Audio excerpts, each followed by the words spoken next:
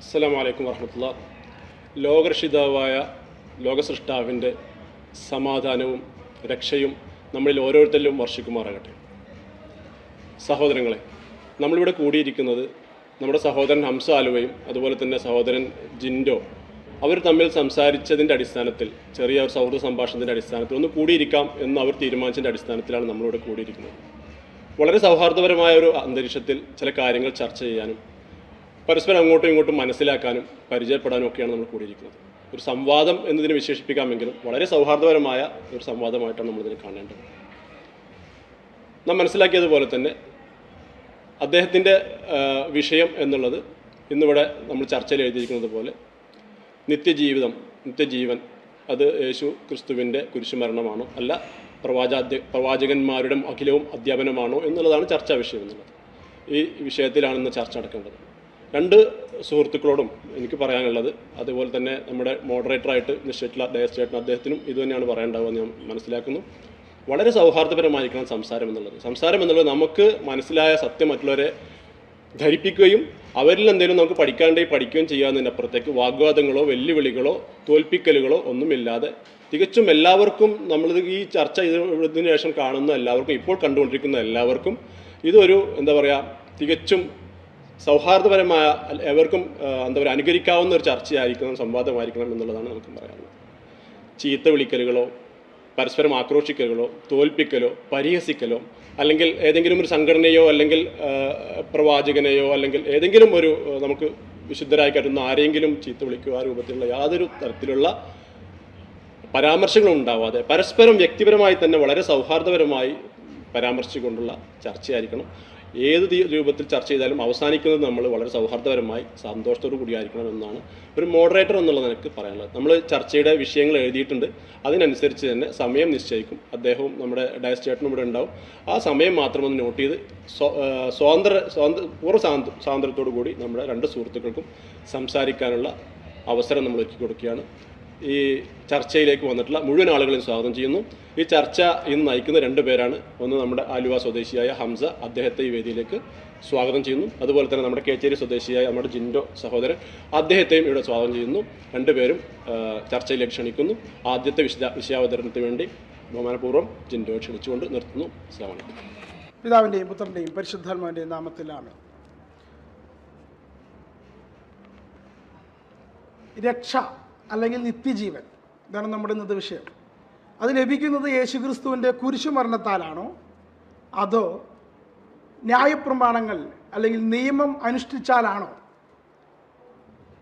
കാരണം പലപ്പോഴും കരുതിയിരുന്നത് പല മതങ്ങളിലും, ഒരു മതത്തിലെന്നല്ല പല മതങ്ങളുടെയും ധാരണ എന്ന് പറയുന്നത് നിയമം അനുഷ്ഠിച്ചു കഴിഞ്ഞാൽ അല്ലെങ്കിൽ അറിവ് ലഭിച്ചു കഴിഞ്ഞാൽ അതുമല്ലെങ്കിൽ അതിനനുസരിച്ച് പ്രവൃത്തി ചെയ്തു കഴിഞ്ഞാൽ ആ പ്രവൃത്തിയിലൂടെ രക്ഷ ലഭിക്കും എന്നാണ് മിക്ക മതങ്ങളുടെയും ഒരു ധാരണ എന്ന് പറയുന്നത്.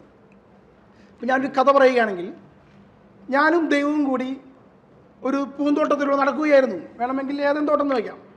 ഏദൻ തോട്ടത്തിൽ നടക്കുന്നതിനിടയിൽ ദൈവത്തിൻ്റെ കരം വിട്ട് ഓടിയ ഞാൻ ഇതാ ഒരു പടുകിണറ്റിലേക്ക് വീഴുകയാണ്.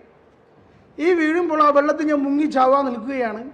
അത് കണ്ടുകൊണ്ട് അവിടെ വെള്ളത്തിൽ എനിക്ക് മുമ്പ് വീണുപോയ വ്യക്തികൾ അവരെനിക്ക് പറയുകയാണ്, നിങ്ങളിങ്ങനെ നീന്തൂ, കൈ ഇങ്ങനെ ഇട്ടടിക്കൂ, കാലിങ്ങനെ ഇട്ടടിക്കൂ എന്ന് പറഞ്ഞുകൊണ്ട് എന്നെ നീന്താൻ സഹായിച്ചുകൊണ്ടിരിക്കുക. യഥാർത്ഥത്തിൽ നിയമങ്ങളെ, ന്യായപ്രമാണത്തെ, പ്രവാചകന്മാരിൽ ലഭിച്ച ഗുരുക്കന്മാരുടെ ലഭിച്ച ന്യായപ്രമാണങ്ങളെ നമുക്ക് ഈ വിഷയമായിട്ടാണ് കാണാൻ സാധിക്കുക. എങ്ങനെ ഈ ഭൂമിയിൽ കൈകാലിട്ടടിച്ച് ജീവിക്കാം, എങ്ങനെ തുഴയാം എന്ന് മാത്രമാണ് ഈ പ്രവാചകന്മാർക്ക് പറയാനുള്ളത്, അല്ലെങ്കിൽ ഗുരുക്കന്മാർക്ക് പറയാനുള്ളത്. ഇതാണ് എല്ലാ മതങ്ങളുടെയും അടിസ്ഥാന തത്വം, ഒരു മതത്തിൻ്റെ മാത്രമൊന്നുമല്ല. ഇപ്പോൾ യഹൂദന്മാരെ സംബന്ധിച്ചിടത്തോളം ആണെങ്കിൽ, ബൈബിൾ അടിസ്ഥാനത്തിൽ പറയുകയാണെങ്കിൽ മോശയുടെ നിയമങ്ങൾ അവർക്കുണ്ട്. ആ നിയമം അനുസരിച്ചിട്ടാണ് അവർ ഈ വിഷയങ്ങളെ പഠിക്കുന്നത്.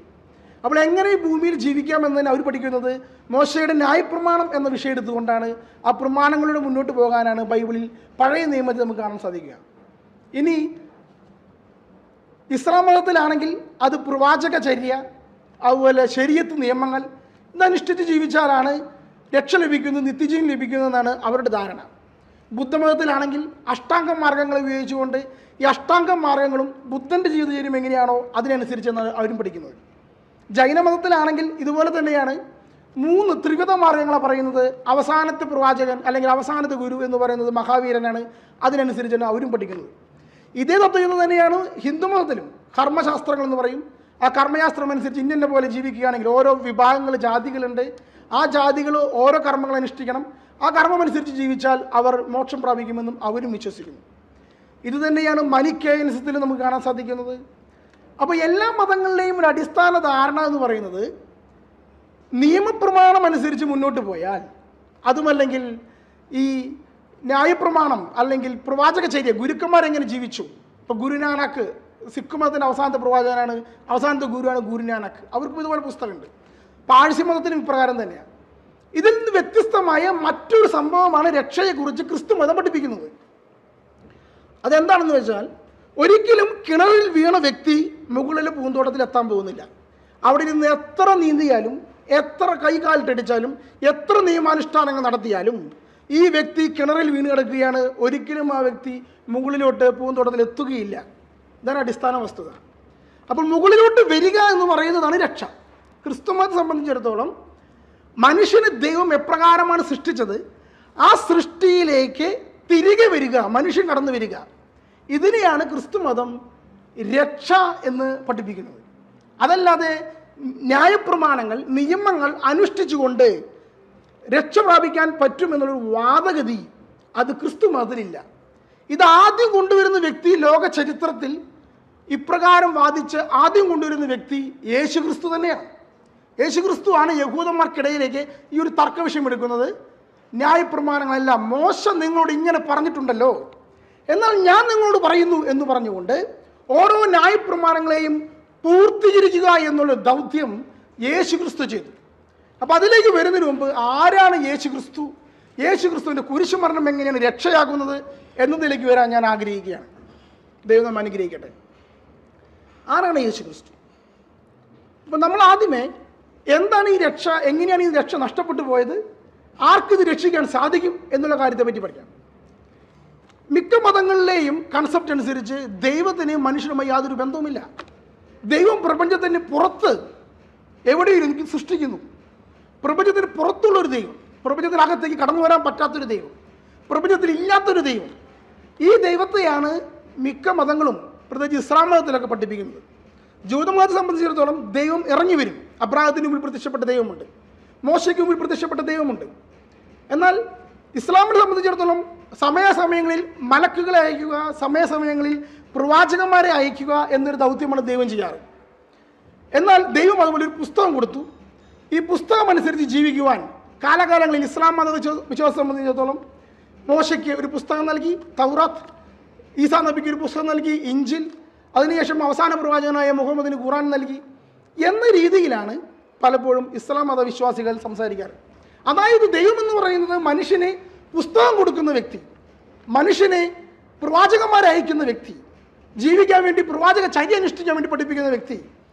ഈ ഒരു രീതിയിലാണ് മിക്ക മതങ്ങളും കാണുന്നത്. യഥാർത്ഥത്തിൽ ദൈവം ആരാണെന്നുള്ളൊരു ബോധം ഇല്ലാത്തത് കൊണ്ടായിരിക്കാം ഒരു പക്ഷേ ഇങ്ങനെ വരുന്നത് ഞാൻ കരുതുകയാണ്. ഞാൻ പറയട്ടെ, കണ്ണ് സൃഷ്ടിച്ച ദൈവത്തിനെ, കാത് സൃഷ്ടിച്ച ദൈവത്തിനെ, സംസാരിക്കാൻ അധരങ്ങൾ സൃഷ്ടിച്ച ദൈവത്തിനെ, കൈക്കാലുകൾ സൃഷ്ടിച്ച ദൈവത്തിനെ, ദൈവത്തെ മനസ്സിലാക്കുവാനുള്ള ഒരു ഹൃദയം എന്തുകൊണ്ട് സൃഷ്ടിക്കാൻ കഴിഞ്ഞില്ല? എല്ലാ മനുഷ്യർക്കും എന്തുകൊണ്ട് ദൈവത്തിനെ പറ്റി മനസ്സിലാക്കാൻ കഴിയുന്ന, ദൈവിക നിയമങ്ങളെ തിരിച്ചറിയാൻ കഴിയുന്ന ഒരു ഹൃദയം കൊടുക്കാൻ സാധിച്ചില്ല? എന്തിനാണ് വെറുതെ പുസ്തകം കൊടുക്കുന്നത്? എന്തിനാണ് വെറുതെ പ്രവാചകന്മാരെ അയക്കുന്നത്? എല്ലാവർക്കും അവരുടെ ഹൃദയങ്ങളിൽ ആ നിയമമുണ്ടെങ്കിൽ അവർ അപ്രകാരം ജീവിക്കുമായിരുന്നില്ലേ? അപ്പോൾ ദൈവം പരിപൂർണനാണ്, ദൈവം പരിശുദ്ധനാണ്. ഇത് രണ്ടും പ്രധാനപ്പെട്ട ഒരു പോയിന്റാണ്. പരിപൂർണനായ ഒരു ദൈവം മനുഷ്യനെ സൃഷ്ടിക്കുമ്പോൾ അപൂർണനായി സൃഷ്ടിക്കുമോ? മനുഷ്യനെ സൃഷ്ടിക്കുമ്പോൾ നശ്വരതയിലേക്ക് സൃഷ്ടിക്കുമോ? പ്രപഞ്ചത്തെ സൃഷ്ടിക്കുമ്പോൾ നശ്വരതയിലേക്ക് സൃഷ്ടിക്കുമോ? അതോ അനശ്വരതയിലേക്ക് സൃഷ്ടിക്കുമോ? കാരണം ദൈവം പരിപൂർണനാണ്, ദൈവം പരിശുദ്ധനാണ്. അങ്ങനെയെങ്കിൽ ദൈവം സൃഷ്ടിച്ചത് പരിപൂർണതയിലാണ്, ദൈവം സൃഷ്ടിച്ചത് പരിശുദ്ധിയിലാണ്, ഇവിടെ പാപമില്ലാത്ത അവസ്ഥയിലാണ്, പരിപൂർണതയിലാണ്. ഇതാണ് നമ്മൾ അടിസ്ഥാനപരമായി ദൈവത്തിൻ്റെ സ്വഭാവം മനസ്സിലാക്കേണ്ടത്. അങ്ങനെ ദൈവം മനുഷ്യനെ സൃഷ്ടിച്ചു കഴിഞ്ഞാൽ ആ മനുഷ്യന് നന്മ ചെയ്യാനേ പറ്റൂ, തിന്മ ചെയ്യാൻ സാധ്യമല്ല. അവനൊരു പുസ്തകത്തിൻ്റെയും ആവശ്യമില്ല. അവൻ്റെ ഹൃദയ ഫലകങ്ങളിൽ ദൈവത്തിൻ്റെ സത്തുണ്ട്. ആ ദൈവത്തിൻ്റെ സത്തിനാണ് ക്രിസ്ത്യാനികൾ ഇപ്രകാരം പറയുക, പരിശുദ്ധാത്മാവ് അതുള്ളിടത്തോളം കാലം അവന് പാപം ചെയ്യാൻ സാധ്യമല്ല. ബൈബിളിൽ വിശുദ്ധ യോഹന്നാൻ ശ്ലീഹയുടെ ലേഖനം 1-ാമത്തെ ലേഖനം 3-ാം അധ്യായം 9-ാം വാക്യത്തിൽ ഇപ്രകാരം പറയുന്നത്, ദൈവത്തിൽ നിന്ന് ജനിച്ച ഒരുവനും പാപം ചെയ്യുന്നില്ല, കാരണം ദൈവ ചൈതന്യം അവൻ്റെ ഉള്ളിലുണ്ട്. അവൻ ദൈവത്തിൽ നിന്ന് ജനിച്ചവനായതുകൊണ്ട് അവന് പാപം ചെയ്യാൻ സാധ്യമല്ല. ഈ ഒരു അവസ്ഥയിലേക്കുള്ള രൂപാന്തരീകരണത്തിനെയാണ് ക്രിസ്തുമതം വിഭാവനം ചെയ്യുന്നത്. അതായത് എൻ്റെ ഉള്ളിൽ പരിശുദ്ധാത്മാവ് ഉണ്ടെങ്കിൽ, എൻ്റെ ഉള്ളിൽ പൈശാചിക ശക്തി ഇല്ലെങ്കിൽ, തിന്മാരൂപി ഇല്ലെങ്കിൽ, ഞാൻ ദൈവത്തിന് അറിയുന്ന വ്യക്തിയാണെങ്കിൽ പിന്നെ ഞാൻ എങ്ങനെ ദൈവത്തെ ഉപേക്ഷിക്കും? എങ്ങനെ ഞാൻ പാപം ചെയ്യും? പിന്നെ എന്തിനാണ് എനിക്ക് നിയമം? പാപമുള്ളിടത്തെ നിയമത്തിന് പ്രസക്തിയുള്ളൂ, പാപമില്ലാത്തിടത്ത് നിയമത്തിന് പ്രസക്തിയുണ്ടോ? ക്രിസ്തുമതം വിഭാവനം ചെയ്യുന്നതാണ് എൻ്റെ ഉള്ളിലുള്ള ദൈവിക സത്ത എനിക്ക് നഷ്ടപ്പെട്ടു പോയി എന്നുള്ളതാണ് പാപം കടന്നു വന്നപ്പോൾ ഉണ്ടായ മാറ്റം എന്ന് പറയുന്നത്. അപ്പോൾ രക്ഷ നിത്യജീവൻ അവകാശമാക്കുക എന്ന് പറഞ്ഞു കഴിഞ്ഞാൽ എൻ്റെ ഉള്ളിൽ ദൈവത്തിൻ്റെ ഒരു സത്ത നഷ്ടപ്പെട്ടു പോയിട്ടുണ്ട്, അത് എനിക്ക് തിരിച്ചു പിടിക്കണം. അതാണ് എൻ്റെ രക്ഷയുടെ പ്രധാനപ്പെട്ട 1-ാമത്തെ പോയിന്റ് എന്ന് പറയുന്നത്. രണ്ടാമത്, ദൈവം മനുഷ്യനെ മരണമില്ലാത്തവനായിരുന്നു സൃഷ്ടിച്ചത്, മരണമുള്ളവനായിട്ടല്ല. മരണം എന്ന് പറയുന്നത് അപൂർണതയാണ്. അപ്പോൾ ദൈവം മനുഷ്യനെ സൃഷ്ടിച്ചത് മരണമില്ലാത്തവനായിട്ടാണ്. എന്നാൽ പാപം വഴി മനുഷ്യൻ്റെ ഹൃദയത്തിലേക്ക് മരണം കടന്നു വന്നു. ഈ മനുഷ്യകുലം പാപത്തിലേക്ക് വീണതുകൊണ്ടാണ് ഇവിടെ മരണം കടന്നു വന്നത്. നിത്യജീവൻ എന്ന നമ്മുടെ വിഷയത്തിലേക്ക് വരുമ്പോൾ മരണത്തെ തോൽപ്പിക്കേണ്ടത് മനുഷ്യൻ്റെ ഏറ്റവും വലിയ കടമയാണ്. മരണമില്ലാത്ത ഒരു ലോകത്തിലേക്ക് മനുഷ്യൻ പ്രവേശിക്കണം, അതിനാണ് നിത്യജീവൻ എന്ന് പറയുന്നത്. അപ്പോൾ 2 കാര്യം ഞാൻ പ്രധാനമായിട്ടും പറഞ്ഞു. ഒന്ന്, ഒരു മനുഷ്യനെ ദൈവം സൃഷ്ടിച്ചപ്പോൾ അവൻ്റെ ഹൃദയഫലങ്ങളിൽ ഓൾറെഡി നിയമം എഴുതിയിട്ടുണ്ട്. ആ നിയമം എഴുതിയിരിക്കുന്നത് ദൈവിക സത്തയാണ്, അത് പരിശുദ്ധാത്മാവാണ്. അതിൻ്റെ നഷ്ടമാണ് മനുഷ്യനെ കൊണ്ട് പാപം ചെയ്യിക്കുന്നത്. അതുകൊണ്ടാണ് മനുഷ്യൻ നിയമത്തെ അന്വേഷിക്കുന്നത്, ന്യായപ്രമാണത്തെ അന്വേഷിക്കുന്നത്. രണ്ടാമത്തെ കാര്യം ഞാൻ പറഞ്ഞു, മരണമില്ലാത്ത അവസ്ഥയിലേക്കാണ് ദൈവം മനുഷ്യനെ സൃഷ്ടിച്ചത്. മരണം മനുഷ്യൻ്റെ ജീവിതത്തിലേക്ക് പാപം മൂലം കടന്നു വന്നതാണ്. അപ്പോൾ ഈ 2 അവസ്ഥ പിന്നെയുമുണ്ട്. ജാതി വ്യവസ്ഥ കടന്നു വന്നു, അടിമത്തം കടന്നു വന്നു, ഇങ്ങനെയുള്ള സാഹചര്യങ്ങളെല്ലാം പാപം വഴി കടന്നു വന്നതാണ്. അപ്പോൾ മനുഷ്യനെ രക്ഷിക്കുക എന്ന് പറഞ്ഞാൽ, മനുഷ്യന് വീണ്ടെടുക്കുക എന്ന് പറഞ്ഞാൽ, മനുഷ്യന് നിത്യജീവൻ അവകാശമാക്കുക എന്ന് പറഞ്ഞാൽ, യഥാർത്ഥത്തിൽ നഷ്ടപ്പെട്ടു പോയ ഈ സൗഭാഗ്യം മനുഷ്യന് തിരിച്ചു തരിക എന്നുള്ളതാണ്. ഞങ്ങൾ പറയും യേശുക്രിസ്തു ഏകരക്ഷകനാണ്, യേശുക്രിസ്തു കുരിശുമരണത്തിൽ നമ്മെ രക്ഷിച്ചു എന്ന് പറയുമ്പോൾ, പ്രിയപ്പെട്ട സഹോദരങ്ങളെ, പരിശുദ്ധാത്മാവിനെ നൽകി, മനുഷ്യനെ നിത്യജീവൻ നൽകി. ഇത് രണ്ടിനുമാണ് ഞങ്ങൾ പ്രാധാന്യം നൽകുന്നത്. അത് നൽകുമ്പോൾ പരിശുദ്ധാത്മാവ് എൻ്റെ ഹൃദയത്തിൽ വന്നാൽ പിന്നെ എനിക്ക് പാപം ചെയ്യാൻ സാധ്യമല്ല. നിയമം ഞാൻ കഷ്ടപ്പെട്ട് അനുസരിക്കുകയല്ല. നിയമം, അതായത് യഥാർത്ഥ നിയമം, ദൈവിക നിയമം എൻ്റെ ഹൃദയഫലങ്ങൾ എഴുതുമ്പോൾ ഞാൻ ഓൾറെഡി ഇതനുസരിച്ച് പോവുകയാണ്. ഇതാണ് ക്രൈസ്തവ മാർഗത്തിൻ്റെ രക്ഷാശാസ്ത്രം എന്ന് പറയുന്നത്. ഇനി ഇതിലേക്ക് എങ്ങനെയാണ് ഈ രക്ഷ കടന്നു വരുന്നത്, അല്ലെങ്കിൽ എങ്ങനെയാണ് ഈ പാപം കടന്നു വരുന്നത് എന്നുള്ള വസ്തുതയെ പഠിക്കാൻ പോവാം. നിങ്ങൾക്കറിയാം ഏദൻ തോട്ടത്തെ പറ്റി പറയുന്നത്. ബൈബിളിലെ ന്യായപ്രമാണം 3 ടൈപ്പാണ്. 3 തരം നിയമങ്ങളെ ബൈബിളിൽ കാണാൻ സാധിക്കും. 1-ാമത്തെ നിയമം എന്ന് പറയുന്നത്, ഞങ്ങളതിൻ്റെ ധാർമ്മിക നിയമം എന്ന് പറയുന്നത്, അത് നമുക്ക് ബൈബിളിൽ കാണാൻ സാധിക്കുന്നത് ഏദൻ തോട്ടത്തിലാണ്. 1-ാമത്തെ നിയമം. അടുത്ത സെഷൻ എന്ന് പറയുന്നത് പഴയ നിയമമാണ്. 3-ാമത്തെ സെഷൻ എന്ന് പറയുന്നത് പുതിയ നിയമമാണ്. ബൈബിളിൽ നമ്മൾ 2 ഭാഗമായിട്ട് കാണും, പഴയ നിയമം, പുതിയ നിയമം. യഥാർത്ഥത്തിൽ ഈ 3 നിയമമുണ്ട്. ആദ്യത്തെ സെഷൻ എന്ന് പറയുന്നത് ധാർമ്മികതയുടെ നിയമം എന്ന് പറയും, അത് ഏദൻ തോട്ടത്തിലെ നിയമമാണ്. ഏദൻ തോട്ടത്തിൽ എന്താണോ നിയമം, ആ നിയമം തന്നെയാണ് യേശുക്രിസ്തു പുതിയ നിയമത്തിലൂടെ സ്ഥാപിക്കുന്നത്. കാരണം അത് ദൈവിക നിയമമാണ്. അതിൻ്റെ പ്രത്യേകത എന്ന് പറയുന്നത്, പാപമുള്ള ജീവിതത്തിൽ, പാപമുള്ള ഈ ലോകത്ത് ജീവിക്കുന്ന നിയമമല്ല. അത് പരിശുദ്ധനായ ദൈവം വിഭാവനം ചെയ്തിരിക്കുന്ന മനുഷ്യൻ എങ്ങനെയാണ് ഈ ഭൂമിയിൽ ജീവിക്കേണ്ടത് അതിനെക്കുറിച്ചുള്ള നിയമമാണ്. ചിലപ്പോൾ നമുക്ക് തോന്നും ഇതെങ്ങനെ നമുക്ക് അനുഷ്ഠിക്കാൻ പറ്റും, ഈ നിയമം അനുസരിച്ച് എങ്ങനെ ജീവിക്കാൻ പറ്റും എന്ന് നമുക്ക് തോന്നും. പക്ഷേ യഥാർത്ഥത്തിൽ ദൈവത്തിന് ആ നിയമമേ ഉള്ളൂ. ദൈവത്തിന് അങ്ങനെ ഒരു നിയമമേ ഉള്ളൂ. കാരണം ദൈവം ഒരു മാറ്റമില്ലാത്തവനാണ്. സമയത്തിന് മനുഷ്യൻ്റെ അധപതനത്തിനനുസരിച്ച് നിയമം മാറ്റി കൊടുക്കാൻ ദൈവത്തിന് പറ്റുമോ? അങ്ങനെയില്ല. ദൈവത്തിനൊരു നിയമമേ ഉള്ളൂ. ആ നിയമം ഏദൻ തോട്ടത്തിലെ പറുദീസയിലെ നിയമമാണ്. അത് തന്നെയാണ് ദൈവം മനുഷ്യനായി ഭൂമിയിൽ കടന്നു വരുമ്പോഴും ആ നിയമമേ പറയാൻ പറ്റുള്ളൂ. ഇതിനെയാണ് ദൈവിക നിയമം എന്ന് പറയുന്നത്. ഈ ദൈവിക നിയമം അനുസരിച്ചിട്ടാണ് ആദവും ഹവ്വയും ഏദൻ തോട്ടത്തിൽ ജീവിക്കുന്നത്. അവരെ സംബന്ധിച്ചിടത്തോളം ജാതി വ്യവസ്ഥയില്ല. അവരെ സംബന്ധിച്ചിടത്തോളം സ്ത്രീ പുരുഷ വ്യത്യാസമില്ല. അവർ ഈക്വലാണ്. അവർക്ക് ആരാണ് പറയുന്നത്? ആരുടെ നിയമമാണ് അവിടെ പ്രാവർത്തികമാകുന്നത്? പുരുഷന്റെ നിയമമാണോ പറുദീസയിൽ? അല്ല. സ്ത്രീയുടെ നിയമമാണോ? അല്ല.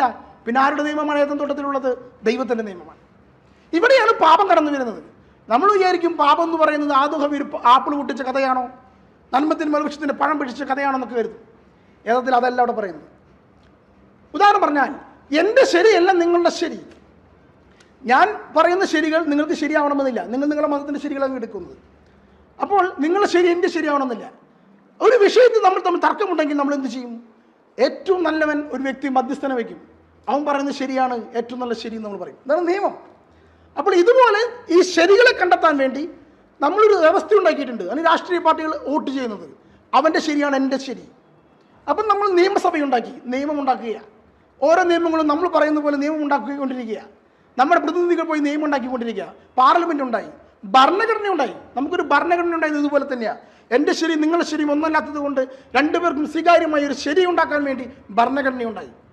അപ്പോൾ ഇങ്ങനെ ഏറ്റവും നല്ല ശരി ആരുടേത്? മഹാത്മാഗാന്ധിയുടെയാണോ അംബേദ്കറിൻ്റെയാണോ എന്ന് ചോദിക്കുമ്പോൾ ചരിത്രത്തിൽ ഇന്ന് വരെ പഠിപ്പിച്ച വ്യക്തികളിൽ ആരുടെ ശരിയാണ് ഏറ്റവും നല്ല ശരി എന്ന് ചോദിച്ചു കഴിഞ്ഞാൽ ഞാൻ പറയും യേശു ക്രിസ്തു പഠിപ്പിച്ചതാണ് ശരിയായ ശരി എന്ന്.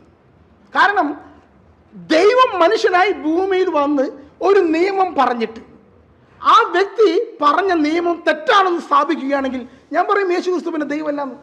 കാരണം യേശു ക്രിസ്തു ദൈവമായതുകൊണ്ട് ദൈവം ഭൂമിയിൽ വന്നൊരു നിയമം പറഞ്ഞു കഴിഞ്ഞാൽ ആ നിയമം സത്യത്തിൻ്റെ നിയമമാണ്. അതിനപ്പുറത്തേക്ക് ഒരു നിയമമില്ല.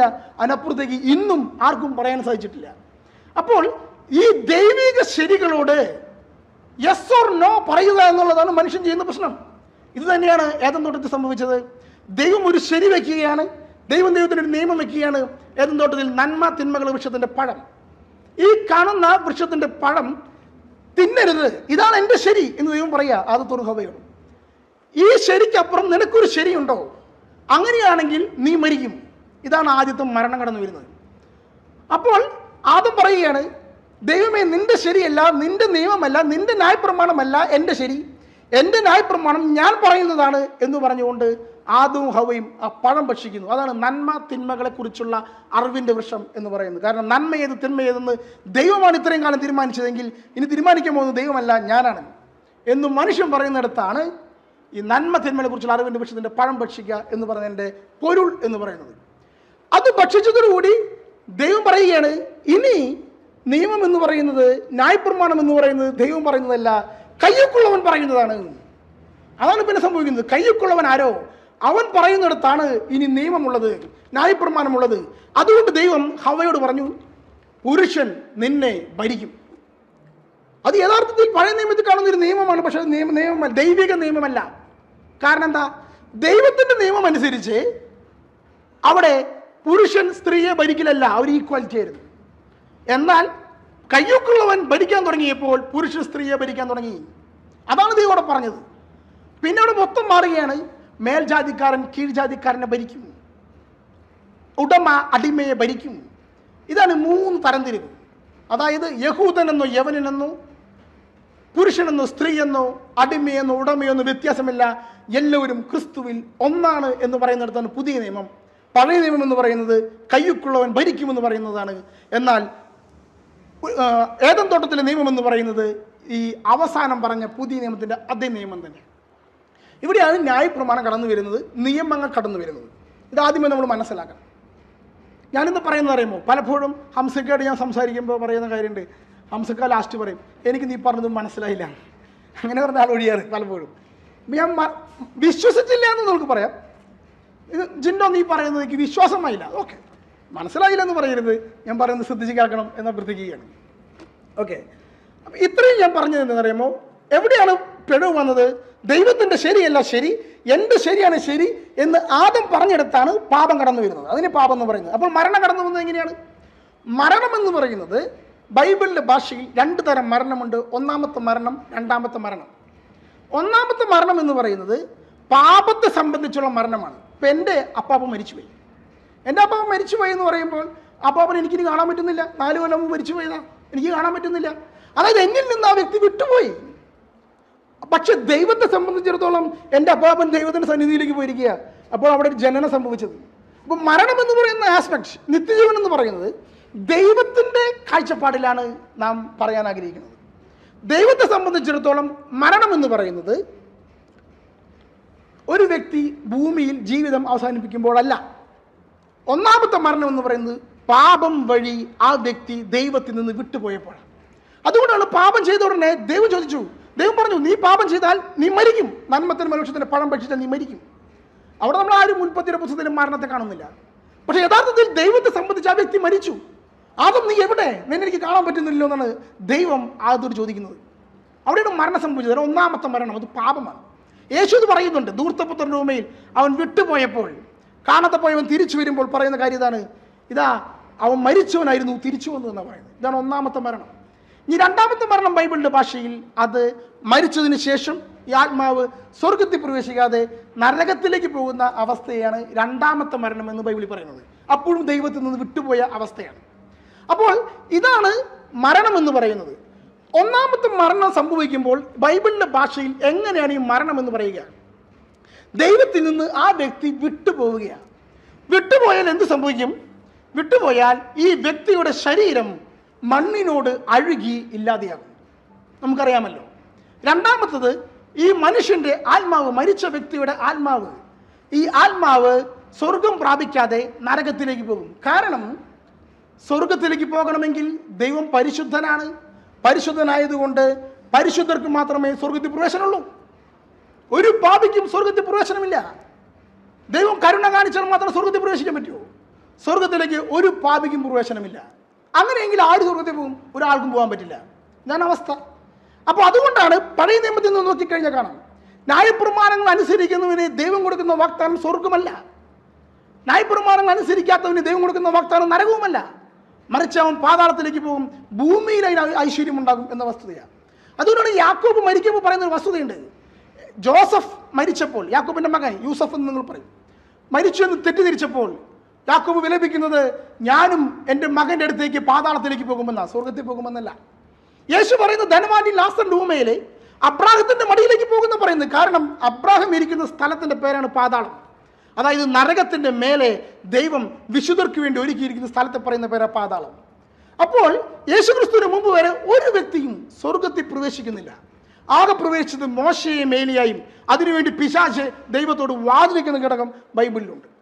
അപ്പോൾ ആരും തന്നെ സ്വർഗത്തിലേക്ക് പ്രവേശിക്കാതെ വാതിൽ അടച്ചിരിക്കുക. മനുഷ്യന് സ്വർഗത്തിലേക്ക് പോകാൻ പറ്റുന്നില്ല. ഇതാണ് യഥാർത്ഥത്തിലെ പഴയ നിയമഗ്രന്ഥത്തിൽ നമുക്ക് കാണാൻ സാധിക്കുന്ന വസ്തുത. അപ്പോൾ സ്വർഗത്തിലേക്ക് പ്രവേശിക്കണമെങ്കിൽ അത് മനുഷ്യനെ സൃഷ്ടിച്ചപ്പോൾ മനുഷ്യൻ ശരീരത്തോടും ആത്മാവോടും കൂടെ സ്വർഗത്തിൽ പോകേണ്ടത്, അല്ലാതെ ശരീരമില്ലാതെ ആത്മാവ് മാത്രമല്ല.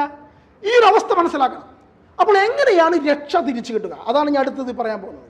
രക്ഷ തിരിച്ചു കിട്ടണമെങ്കിൽ രക്ഷ എങ്ങനെ നഷ്ടപ്പെട്ടുവോ അതുപോലെ തിരിച്ചു കൊണ്ടുവരണം. അതിൻ്റെ പ്രത്യേകത.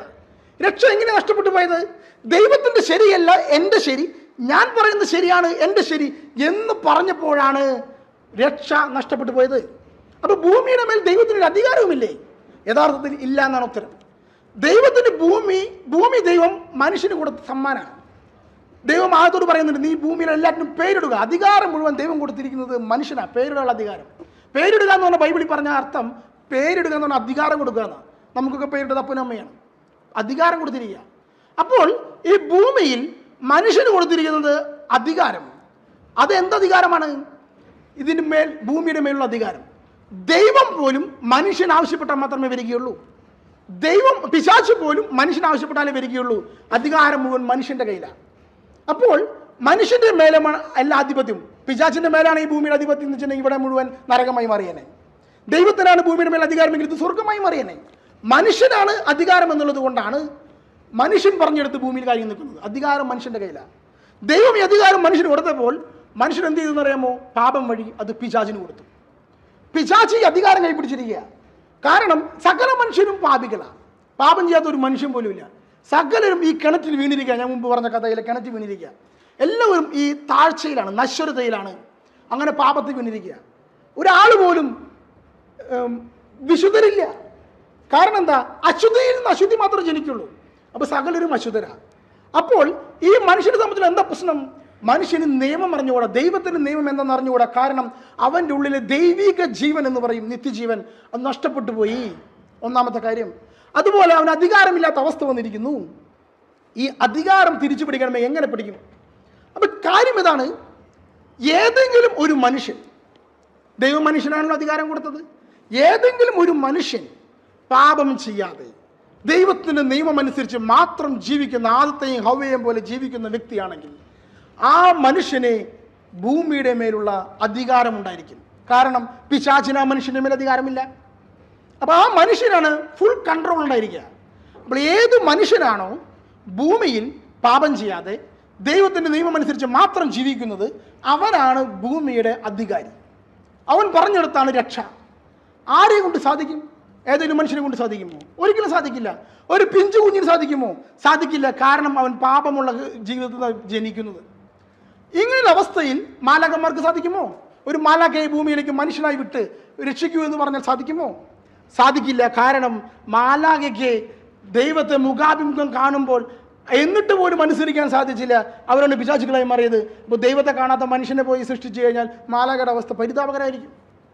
അപ്പോഴാണ് ദൈവം തന്നെ ഭൂമിയിൽ മനുഷ്യനായി ഇറങ്ങി വരാൻ തീരുമാനിച്ചത്. വേറെ ആർക്കും സാധ്യമല്ല. അതുകൊണ്ട് ദൈവം പാപമില്ലാത്തവൻ ഭൂമിയിലേക്ക് മനുഷ്യനായി ഇറങ്ങാൻ തീരുമാനിച്ചു. അപ്പോൾ അവൻ പൂർണ്ണ ദൈവമാണ്, അതുപോലെ പൂർണ്ണ മനുഷ്യനാണ്. ഈ മനുഷ്യൻ എന്ന നിലയിലാണ് യേശു ക്രിസ്തു ഭൂമിയിൽ ജീവിക്കുന്നത്, ദൈവമായിട്ടല്ല.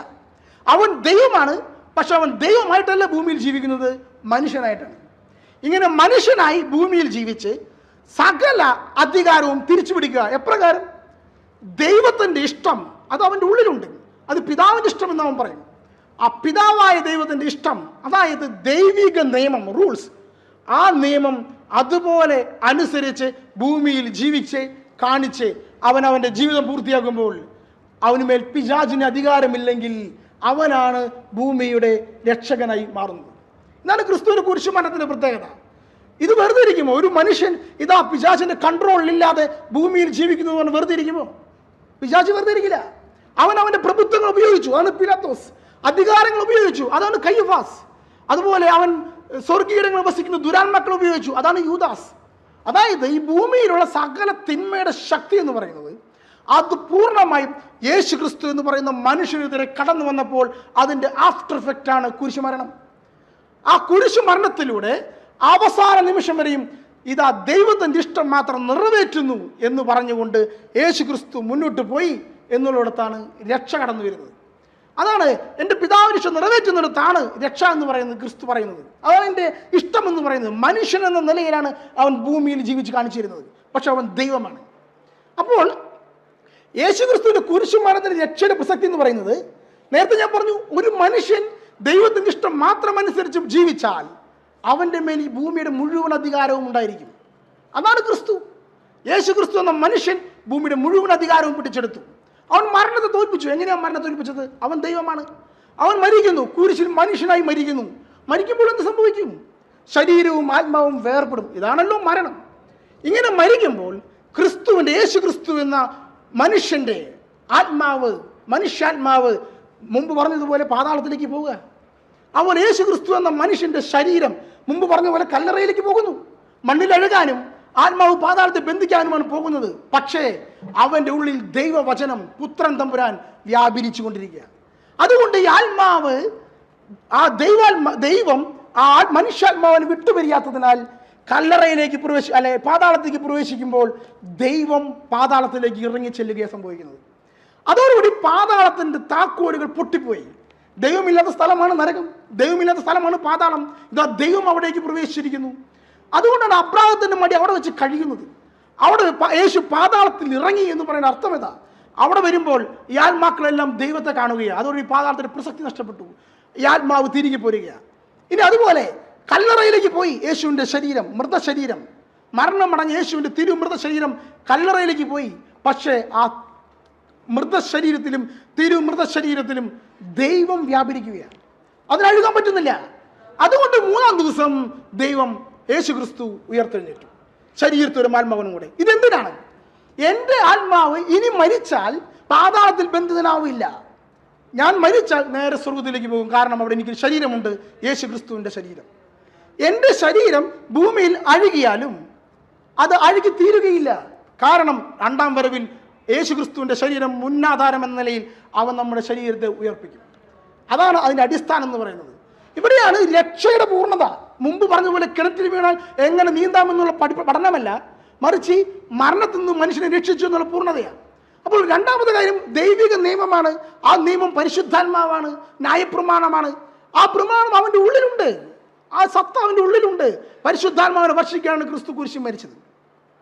അപ്പോൾ ആ പരിശുദ്ധാത്മാവിന് എൻ്റെ ഉള്ളിൽ കിട്ടിയാൽ പിന്നെ എന്നെ സംബന്ധിച്ചിടത്തോളം ന്യായപ്രമാണം എന്ന് പറയുന്നത് അതൊരു ബാധകമല്ല, അതിനപ്പുറത്തേക്കാണ് എൻ്റെ ചലനം. ഇതിനാണ് യേശു ക്രിസ്തു പറയുന്നത് ന്യായപ്രമാണത്തെ പൂർത്തീകരിക്കുക എന്ന് പറയുന്നത്. മോശയുടെ നിയമം അനുസരിച്ച് കണ്ണിന് പകരം കണ്ണ്, പല്ലിന് പകരം പല്ല്. എന്നാൽ യേശു ക്രിസ്തുവിന്റെ നിയമം അനുസരിച്ച് കണ്ണിന് പകരം കണ്ണല്ല, പല്ലിന് പകരം പല്ലല്ല. ദൈവത്തിൻ്റെ നിയമം, ദൈവം ദുഷ്ടന്മാരുടെയും നീതിമാന്മാരുടെയും ഒരുപോലെ മഴ പെയ്യിക്കുന്നു. അതുകൊണ്ട് നമുക്ക് എല്ലാവർക്കും ക്ഷമിക്കാൻ സാധിക്കണം. ഇനി നമ്മൾ പറയും സ്ത്രീയുടെ വസ്ത്രമാണ് പ്രശ്നം, വ്യഭിചാരത്തിന് കാരണഹേതുവാകുന്ന സ്ത്രീയുടെ വസ്ത്രമാണെന്ന്. യേശു ക്രിസ്തു തിരുത്തി. അല്ലെന്നേ, ആസക്തിയുടെ സ്ത്രീയെ നോക്കുന്നവൻ ഹൃദയത്തിൽ വ്യഭിചാരം ചെയ്തു കഴിഞ്ഞു. അതായത് നിയമം എന്ന് പറയുന്നത് എൻ്റെ ഉള്ളിലാണ്. പുരുഷന്റെ കണ്ണിലാണ് പാപം, എൻ്റെ ഉള്ളിലാണ്. ആ വ്യക്തി പാപഹേതുവാകുകയല്ല. 5 മിനിറ്റ് കൂടി. ആ വ്യക്തി പാപഹേതു ആവുകയല്ല. എൻ്റെ ഉള്ളിലുള്ള നിയമമാണ് പരിശുദ്ധാത്മാവ് എനിക്ക് തരുന്ന നിയമം. അപ്പൊ ഇങ്ങനെ യേശു ക്രിസ്തു ഓരോ പ്രമാണങ്ങളെയും പൂർത്തീകരിച്ച് കൊണ്ടുവരുന്നത് 10 പ്രമാണത്തെ പൂർത്തീകരിച്ച് കൊണ്ടുവരുന്നത് കാണാൻ സാധിക്കും. ഏതൻ തോട്ടത്തിൽ ഒരു പുരുഷന് ഒരു സ്ത്രീയേ ഉള്ളൂ. ഭാര്യ ഭർത്തൃ വിവാഹത്തിൽ ഒരു പുരുഷന് ഒരു സ്ത്രീ മാത്രം. ഇതാണ് ഏതൻ തോട്ടത്തിലെ നിയമം. ലോകത്തോട് ആദ്യമായി യേശു ക്രിസ്തു ആദ്യമായിട്ട് പറഞ്ഞു, ഒരു പുരുഷന് വിവാഹത്തിൽ ഒരു സ്ത്രീ മതി, അവർ ഇരുവരും ഒറ്റ ശരീരമായിരിക്കും. ആദിയിൽ അങ്ങനെയായിരുന്നു ദൈവം മനുഷ്യനെ സൃഷ്ടിച്ചത്. ഡിവോഴ്സ്, വിവാഹമോചനം ഇല്ല. യേശു ഈ നിയമം പറഞ്ഞപ്പോൾ യേശുവിന്റെ ശിഷ്യന്മാർ വരെ ചോദിച്ചത്, ഇതൊക്കെ നടപ്പിലാവുന്ന കാര്യമാണോ? പരിശുദ്ധാത്മാവുള്ളവനെ, കൃപയുള്ളവന് ഇത് സാധിക്കും, അല്ലാത്തതിന് പറ്റില്ല. പരിശുദ്ധാത്മാവ് ഉള്ളിൽ വന്നാൽ ഇത് പറ്റൂ. അത് ദൈവത്തിന്റെ നിയമം അവൻ്റെ ഉള്ളിൽ വരുമ്പോൾ സാധിക്കുന്ന കാര്യമാണ്. അതുകൊണ്ടാണ് യേശു ക്രിസ്തു പറഞ്ഞത് അവർ ഇരുവരും ഒറ്റ ശരീരമായിരിക്കും എന്നുള്ള കാര്യം. അപ്പം മോശ ഞങ്ങൾക്ക് പ്രമാണം തന്നിട്ടുണ്ടല്ലോ, മോശ ഞങ്ങൾക്ക് ഡിവോഴ്സ് ചെയ്യാൻ അനുവാദം തന്നിട്ടുണ്ടല്ലോ എന്ന് പറഞ്ഞപ്പോൾ യേശു ക്രിസ്തു പറയുന്ന കാര്യം അത് അവൻ്റെ ഹൃദയക്കാടിന് നിമിത്തമാണ്, നിങ്ങളുടെ ഹൃദയക്കാടിന് നിമിത്തമാണ്. എന്താണ് ഈ വാക്കിൻ്റെ അർത്ഥം?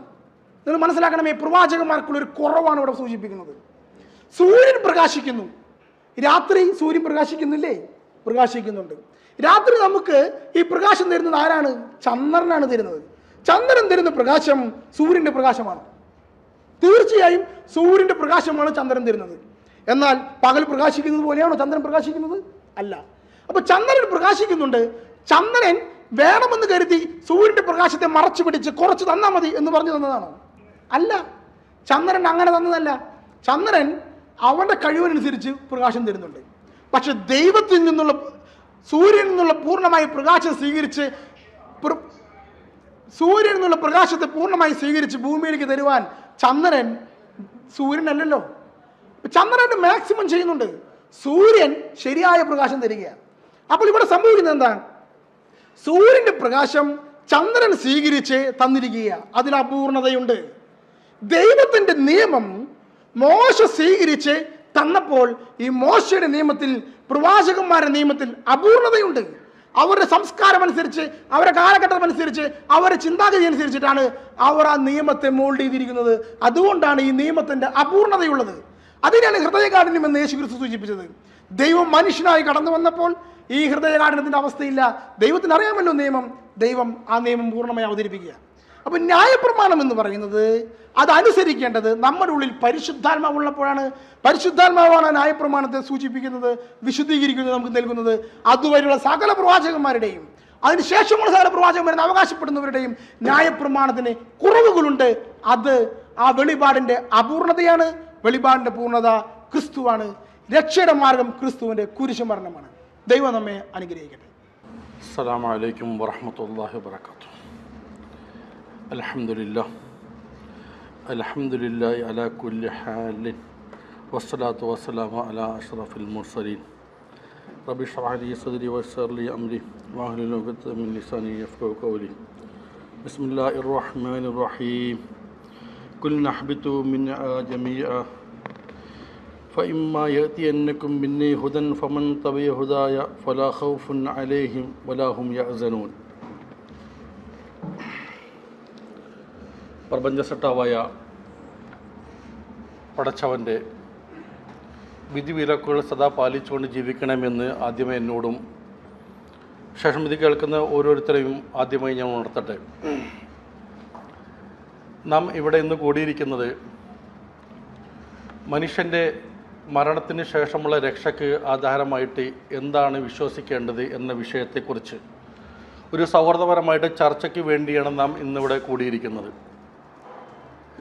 വളരെ സൗഹൃദപരമായ ഈ അന്തരീക്ഷത്തിൽ ബഹുമാന്യനായ ജിൻഡോ സഹോദരൻ അദ്ദേഹത്തിന് അനുവദിച്ച അരമണിക്കൂർ നിന്നുകൊണ്ട് അദ്ദേഹം കുറച്ച് വിഷയങ്ങൾ ഇവിടെ അവതരിപ്പിച്ചിരിക്കുകയാണ് ചെയ്തിരിക്കുന്നത്. അതിനെ തുടർന്ന് കൊണ്ടാണ് എനിക്ക് ഇവിടെ സമയം അനുവദിച്ചിരിക്കുന്നത്. മനുഷ്യനായ നാം ഓരോരുത്തരും ഈ ഭൂമിയിൽ ഏതാനും ചില സമയം ജീവിക്കുവാൻ വേണ്ടി ദൈവം അനുവദിച്ച് അയച്ചിരിക്കുന്നതാണ്. ആ അനുവദിച്ച സമയത്ത് നാം എങ്ങനെയാണ് ജീവിക്കേണ്ടത് എന്നുള്ള ഒരു മാർഗനിർദ്ദേശം നമ്മൾക്ക് നൽകപ്പെട്ടിട്ടുണ്ട്. അതുമായിട്ട് ബന്ധപ്പെട്ടുകൊണ്ട് ജിൻഡോ ബ്രദർ പറഞ്ഞ ഒന്ന് രണ്ട് വിഷയങ്ങൾക്ക് വളരെ ഗുരുതരമായ പോരായ്മകൾ ഞാൻ കണ്ടുവെങ്കിലും ഇൻഷാ അല്ലാഹ് അടുത്ത സെക്ഷനിൽ അതിലോട്ട് കടക്കാം. ഇവിടെ നാം ജീവിക്കുന്ന ഓരോ മനുഷ്യനും അവൻ്റെ നിയമനിർദ്ദേശങ്ങൾ പാലിച്ചുകൊണ്ടാണ് ജീവിക്കേണ്ടത് എന്നാണ് ഇസ്ലാം അടിസ്ഥാനപരമായി പഠിപ്പിക്കുന്നത്.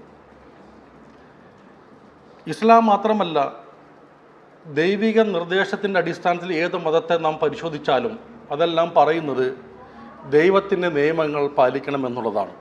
ദൈവത്തിൻ്റെ നിയമങ്ങൾ അത് ഓരോ വ്യക്തികളിലും അല്ല അത് ലഭിക്കപ്പെടുന്നത്. ദൈവം തിരഞ്ഞെടുത്ത പ്രവാചകന്മാർ മുഖാന്തരമാണ് ആ നിയമങ്ങളെ മനുഷ്യർക്ക് നൽകപ്പെടുന്നത്. അങ്ങനെ ആ പ്രവാചകനെ ഇത്തിബാ, അതായത് പിൻപറ്റുകയാണ് ഓരോ മനുഷ്യരും ചെയ്യേണ്ട ധർമ്മം എന്നുള്ളത്. അങ്ങനെ ദൈവത്തിൻ്റെ നിയമങ്ങളെ നാം സമ്പൂർണ്ണമായി പിൻപറ്റിക്കൊണ്ട് ആ ദൈവിക നിയമത്തിൽ ഉള്ളിൽ നിന്നുകൊണ്ട് ജീവിക്കുകയാണ് ഓരോ മനുഷ്യനും ചെയ്യേണ്ടത് എന്നുള്ളതാണ്. എന്നാൽ ഇവിടെ വിഷയം അവതരിപ്പിച്ച ജിൻഡോ ബ്രദറിനെ സംബന്ധിച്ചുകൊണ്ട് അദ്ദേഹം രക്ഷയുടെ കാര്യം പറയുമ്പോൾ യേശു ക്രിസ്തു നിന്നുകൊണ്ടാണ് രക്ഷയുടെ കാര്യം ഇവിടെ പറഞ്ഞിരിക്കുന്നത്. യേശുവിലൂടെ എല്ലാ മനുഷ്യ സമൂഹത്തിൻ്റെ ഉൽപ്പത്തി, അതിനു മുന്നൊരു സമൂഹം കടന്നുപോയിട്ടുണ്ട്. ആ സമൂഹത്തിൻ്റെ രക്ഷയുടെ മാർഗം എന്തായിരുന്നു എന്ന കാര്യത്തിൽ വ്യക്തമായ ഒരു വിഷയാവതരണം ഇവിടെ കണ്ടില്ല എന്നുള്ളതാണ്. ഇവിടെയാണ് വിശുദ്ധ ഖുർആൻ ഇവിടെ വളരെ കൃത്യമായി കൊണ്ട് പറയുന്ന കാര്യം. ഞാനിവിടെ ആമുഖമായി കൊണ്ട് ഓതിയത് 2-ാമത്തെ അധ്യായത്തിൻ്റെ 38-ാമത്തെ വചനത്തിലുള്ള അല്ലാഹു സുബ്ഹാനഹു വ തആല പറയുന്നത്, ആദ്യത്തെ മനുഷ്യനെ ആദമിനെയും ആദം നബി അലൈഹി സ്വലാമയുടെ ഇണ ഹവ്വ ബീവിയെയും അവർ ആ പഴം ഭക്ഷിച്ചത് നിമിത്തം അവരെ സൃഷ്ടിച്ചിരിക്കുന്ന പർദീസയിൽ നിന്നുകൊണ്ട് പുറത്താക്കപ്പെടുമ്പോൾ, അതായത് ഭൂമിയിലേക്ക് ഒരു താൽക്കാലിക ജീവിതത്തിന് വിടുന്ന സമയത്ത് പറഞ്ഞത്, ഇനി നിങ്ങളിലേക്ക് അവരോട് പറയപ്പെട്ടു, കുന്നാബിത്തു അവരോട് പറയപ്പെട്ടു, എന്താണ് പറയപ്പെട്ടത്? ഇനി നിങ്ങളിലേക്ക് എൻ്റെ സത്യസന്ദേശം എത്തിക്കഴിഞ്ഞാൽ അതിനെ ആര് പിൻപറ്റുന്നുവോ അവർക്കാണ് യഥാർത്ഥ വിജയമുള്ളത് എന്ന കാര്യം ഖുർആൻ അവിടെ കൃത്യമായി കൊണ്ട് പറയുന്നത്. അങ്ങനെ അന്നു മുതൽ മനുഷ്യ സമൂഹത്തിൻ്റെ അടുത്ത് അതാത് കാലഘട്ടങ്ങളിൽ കൃത്യമായ മാർഗനിർദ്ദേശവുമായി കൊണ്ട് പ്രവാചകന്മാർ വരികയും പ്രവാചകന്മാർ ദൈവിക നിയമങ്ങളെക്കുറിച്ച് അവരെ ബോധവാന്മാർക്കുകയും ചെയ്യുന്ന പ്രക്രിയയാണ് നടക്കുന്നത്.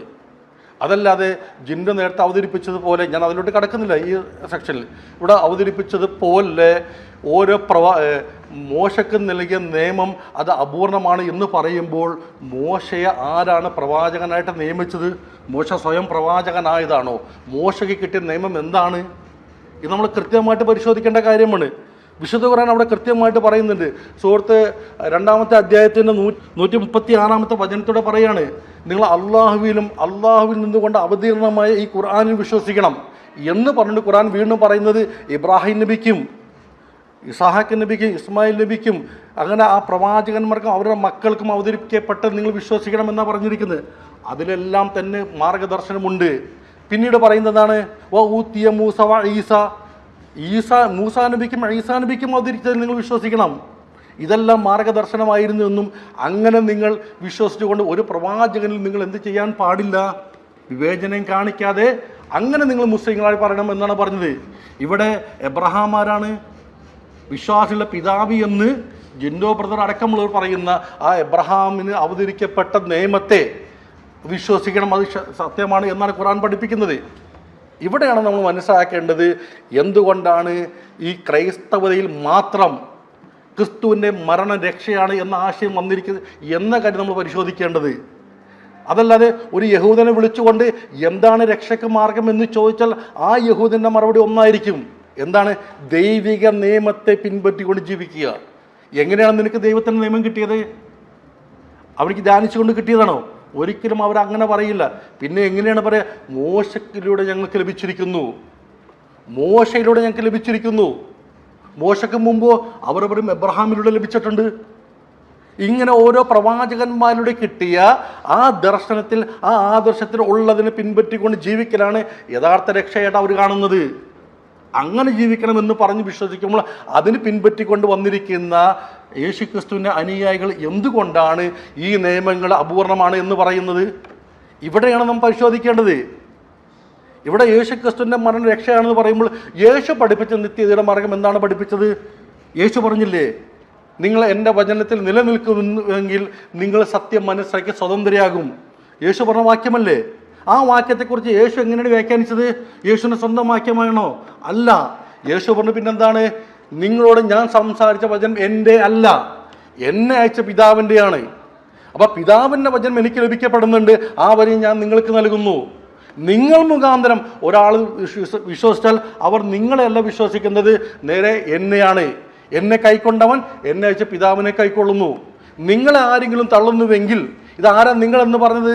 യേശുവിനെ കൃത്യമായിട്ട് മനസ്സിലാക്കിയ യേശുവിൻ്റെ കൂടെ സന്ത സഹചാരികളായ വിശ്വാസികളായ അപ്പോസ്തലന്മാരെ കുറിച്ച് അവരോട് പറയുന്നത്. നിങ്ങളെ ആരെങ്കിലും തള്ളുന്നുവെങ്കിൽ അവൻ തള്ളുന്നത് എന്നെയാണ്. എന്നെ തള്ളുന്നവൻ എന്നെ അയച്ച പിതാവിനെ തള്ളുന്നു.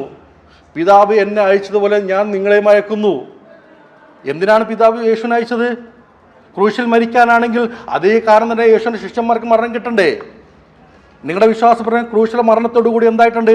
രക്ഷയുടെ മാർഗം പൂർത്തിയായി, പിന്നെ അത് വിശ്വസിച്ചാൽ മതി. യേശു അങ്ങനെയാണ് പറഞ്ഞു പഠിപ്പിച്ചത്? അല്ല. പിതാവ് എന്നെ അയച്ച പോലെ ഞാൻ നിങ്ങളെ അയച്ചിരിക്കുന്നു. പിതാവ് എന്തിനാ അയച്ചത്? എൻ്റെ വചനം നിങ്ങൾക്ക് നൽകി അല്ലെ, ദൈവത്തിൻ്റെ വചനം യേശുവിന് നൽകി, ആ വചനം ജനങ്ങൾക്ക് നൽകാനാണ് അയച്ചിരിക്കുന്നത്. അതേപോലെ ആ വചനം ഞാൻ നിങ്ങൾക്ക് നൽകി, നിങ്ങൾ ആ വചനം എന്ത് ചെയ്യണം? ജനങ്ങൾക്ക് നൽകണം. ഇതാണ് യേശു പറഞ്ഞത്.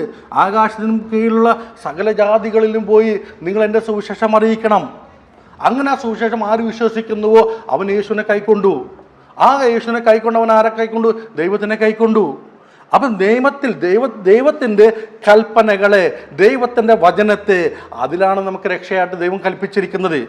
ഇവിടെ രസകരമായിക്കൊണ്ട് നമ്മുടെ ബ്രദർ ജിൻഡോ ഒരു കഥയിലൂടെ, ഒരു ഉപമ കഥയിലൂടെയാണ് കഥ പറഞ്ഞു തുടങ്ങിയത്. അവിടെ അദ്ദേഹം ഒരിക്കൽ പോലും എങ്ങനെയാണ് പിന്നെ ആ കിണറ്റിൽ നിന്നുകൊണ്ട് രക്ഷപ്പെടുക എന്ന് പറഞ്ഞില്ല. നമുക്കറിയാം, ഒരാളൊരു കുഴിയിൽ ചാടിക്കഴിഞ്ഞാൽ അദ്ദേഹത്തിന് വഴി അറിയാതെ അല്ലെങ്കിൽ ബുദ്ധിമുട്ടിക്കഴിഞ്ഞാൽ അദ്ദേഹത്തെ രക്ഷിക്കാൻ വഴികൾ പറഞ്ഞു കൊടുക്കണം. ഇതാണ് ചെയ്യേണ്ടത്.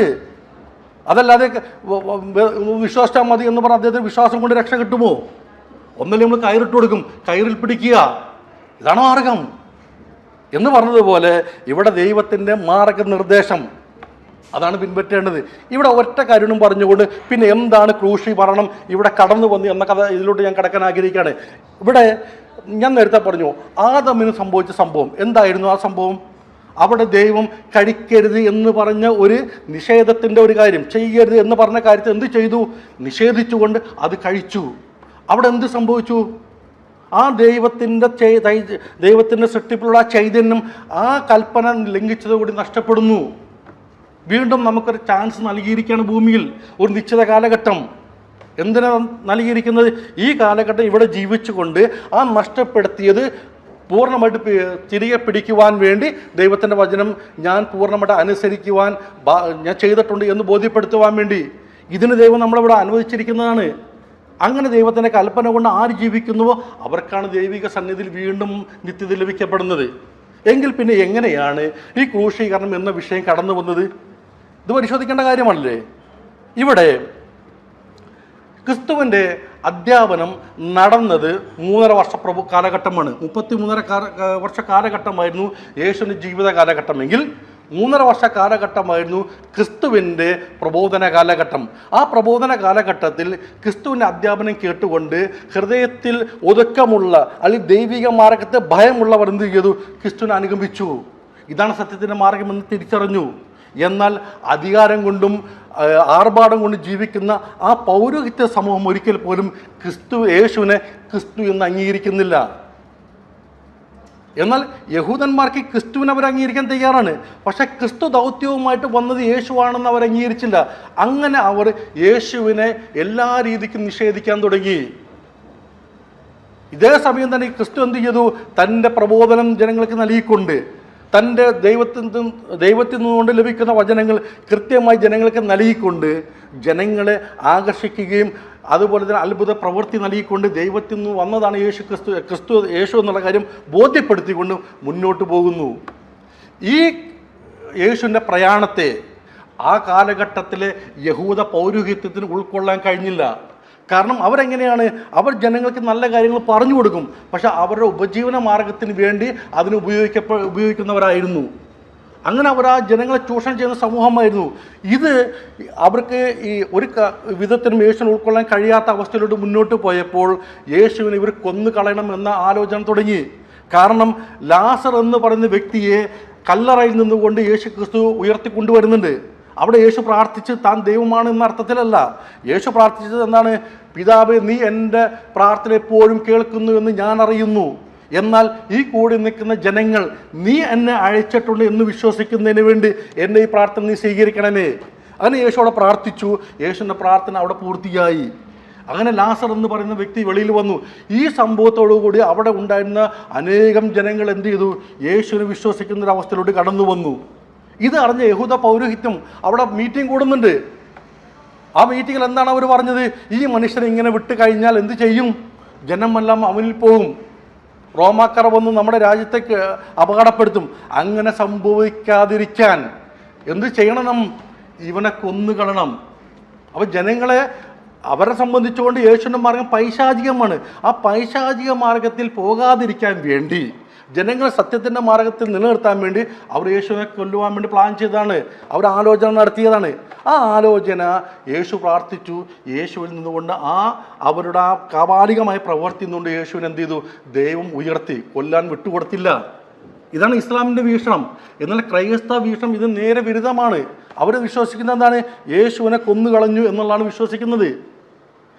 ഈ സമയത്തും യഥാർത്ഥ മാർഗത്തിലുള്ള ഒരു വ്യക്തിക്ക് പോലും യേശുവിൻ്റെ മരണം എന്ന് പറയുന്നത് രക്ഷയാണ് എന്ന് എവിടെയും പറയുന്നില്ല എന്നുള്ളതാണ്.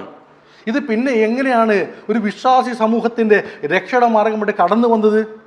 ഇത് പരിശോധിക്കുമ്പോൾ നമുക്ക് കണ്ടെത്താൻ കഴിയുന്നത്, യേശുവിൻ്റെ കാലഘട്ടം കഴിഞ്ഞു, അപ്പോസ്തലന്മാരുടെ കാലഘട്ടം വരുന്നു, അവർ പ്രബോധനം ചെയ്ത് മുന്നോട്ട് പോകുന്നു. ഈ മുന്നോട്ട് പോകുന്ന സമയത്ത് വിദൂര നാടായ അന്ത്യോക്യ എന്ന പ്രദേശത്ത് യഹൂദന്മാർ അല്ലാത്ത ഒരു സംഘം കടന്നു വരികയും വിശ്വാസത്തിൽ കടന്നു വരികയും, എത്ര മിനിറ്റ് ടൈമുണ്ട് എനിക്ക്? 5 മിനിറ്റ്, ഓക്കെ, കുഴപ്പമില്ല. ഒരു സമൂഹം കടന്നു വന്നു. ആ സമൂഹത്തെ സംബന്ധിച്ചുകൊണ്ട് അവർക്ക് ഈ പറയപ്പെട്ട മോശിക പ്രമാണം ആചരിക്കുന്ന രീതിയില്ല. കാരണം അവരെ സംബന്ധിച്ച് അവർക്ക് പ്രമാണം എന്താണെന്ന് അറിയില്ല, ദൈവിക കൽപ്പന എന്താണെന്ന് അറിയില്ല. ഇവർ അന്ത്യോക്യയിൽ പോയി സ്റ്റെഫാനോസ് എന്ന് പറഞ്ഞ വ്യക്തിയുടെ വധവുമായി സംബന്ധിച്ചുകൊണ്ട് ഉണ്ടായ ഒരു ലഹളയിൽ, യെരുശലേമിലുണ്ടായ ഒരു ലഹളയിൽ ചിതറിപ്പോയ യഹൂദന്മാരായിട്ടുള്ള വിശ്വാസി സമൂഹം പല നാടുകളിൽ താമസിച്ചു. അതേപോലെ അന്ത്യോക്യയിലും പോയി താമസിച്ചു. അവിടെ താമസിച്ചപ്പോൾ അവർ പ്രബോധനം ചെയ്തപ്പോൾ വിജാതീയരായ ജനങ്ങൾ എന്ത് ചെയ്തു? ഈ യേശുവിനെ കൈക്കൊള്ളുവാൻ തയ്യാറായി മുന്നോട്ട് വരികയും അവർക്ക് എന്ത് ചെയ്തു? അവർ കൂടെ കൂട്ടുകയും ചെയ്തു. അവർക്ക് പ്രമാണമില്ലാത്തൊരവസ്ഥയായിരുന്നു.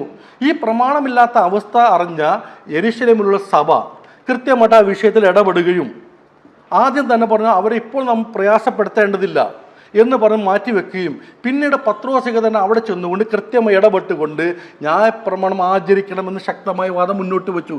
ഈ സമയത്ത് ആ ചർച്ചയിൽ, അത് അന്ത്യോക്യയിൽ നടന്ന ചർച്ചയിൽ വെച്ച് പത്രോസിക അടക്കമുള്ളവർ ഈ പൗലോസ് എന്ന് പറഞ്ഞ ഈ അന്ത്യോക്യയിൽ വെച്ച് ന്യായപ്രമാണം ആചരിക്കേണ്ടതില്ല എന്നതിന് നേതൃത്വം കൊടുത്ത പൗലോസുമായിട്ട് തെറ്റിപ്പിരിയുന്നൊരവസ്ഥ ഉണ്ടായി.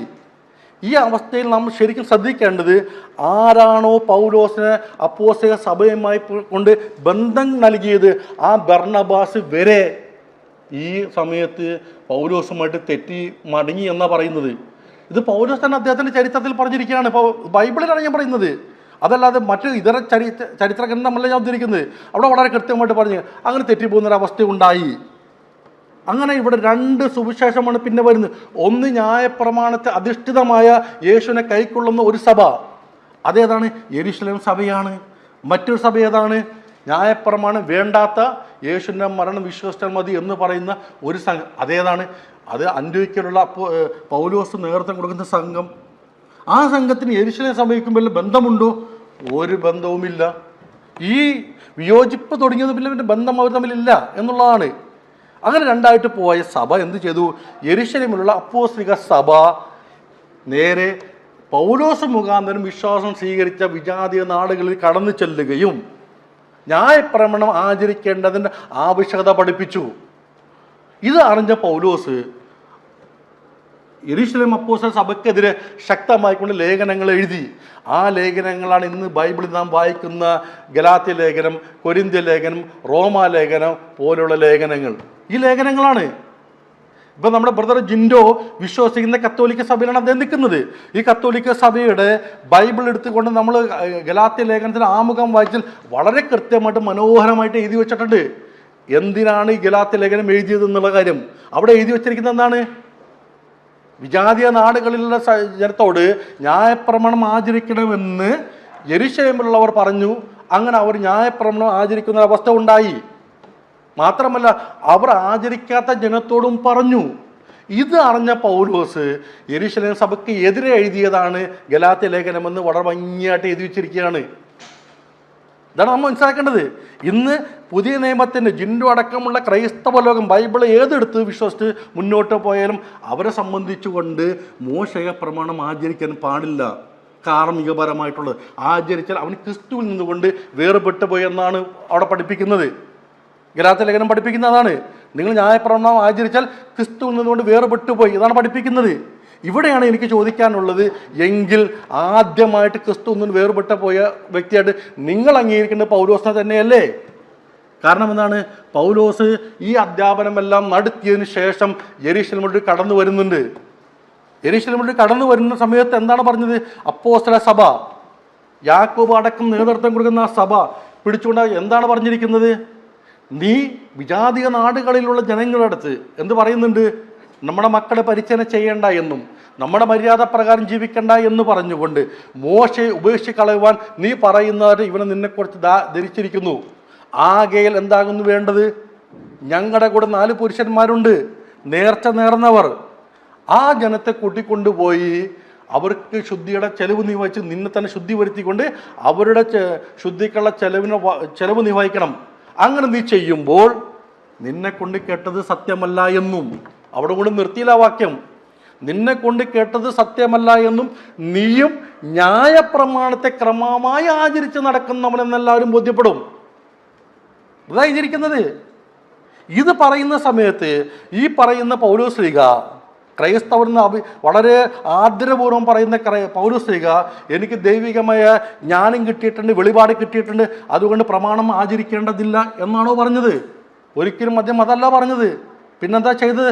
അവിടെയുള്ള അപ്പോസ്തല സഭയുടെ ആ കൽപ്പന അല്ലെങ്കിൽ ആ കമാൻമെൻറ്റിനെ അംഗീകരിച്ചുകൊണ്ട് നേരെ യെരുശലേം ദേവാലയത്തിൽ കടന്നുകൊണ്ട് ആ കർമ്മങ്ങൾ ചെയ്യാൻ തയ്യാറായി എന്നുള്ളതാണ്. ഇതാണ് നാം കാണുന്നത്. അപ്പം ഇതിലൂടെ എന്താ മനസ്സിലാക്കുന്നത്? യേശുവിനെ യഥാർത്ഥത്തിൽ കൈക്കൊണ്ട, യേശുവിനെ യഥാർത്ഥത്തിൽ വിശ്വസിച്ച ആ സംഘം, യെരുശലേം സംഘത്തിന് ന്യായപ്രമാണം ലൈവായിരുന്നു. അതായത് പ്രവാചകന്മാരുടെ അധ്യാപനം അവർക്ക് ലൈവായിട്ട് ഉണ്ടായിരുന്നു എന്നുള്ള കാര്യമാണ് നമുക്കിതിലൂടെ ബോധ്യപ്പെടുന്നത്. അതല്ലാതെ അവർക്ക് ഒരിക്കൽ പോലും അത് അപൂർണമാണ്, അത് ദൈവികമല്ല, അത് അവരുടെ തോന്നൽ കൊണ്ട് ഉണ്ടായതാണ്, ഈ ഒരു കാഴ്ചപ്പാട് അവർക്ക് ഉണ്ടായിട്ടില്ല. അവർ പ്രമാണത്തെ ദൈവികമായിട്ട് തന്നെ കാണുകയും അതിനെ ആചരിക്കുകയും ചെയ്യുന്നവരായിരുന്നു.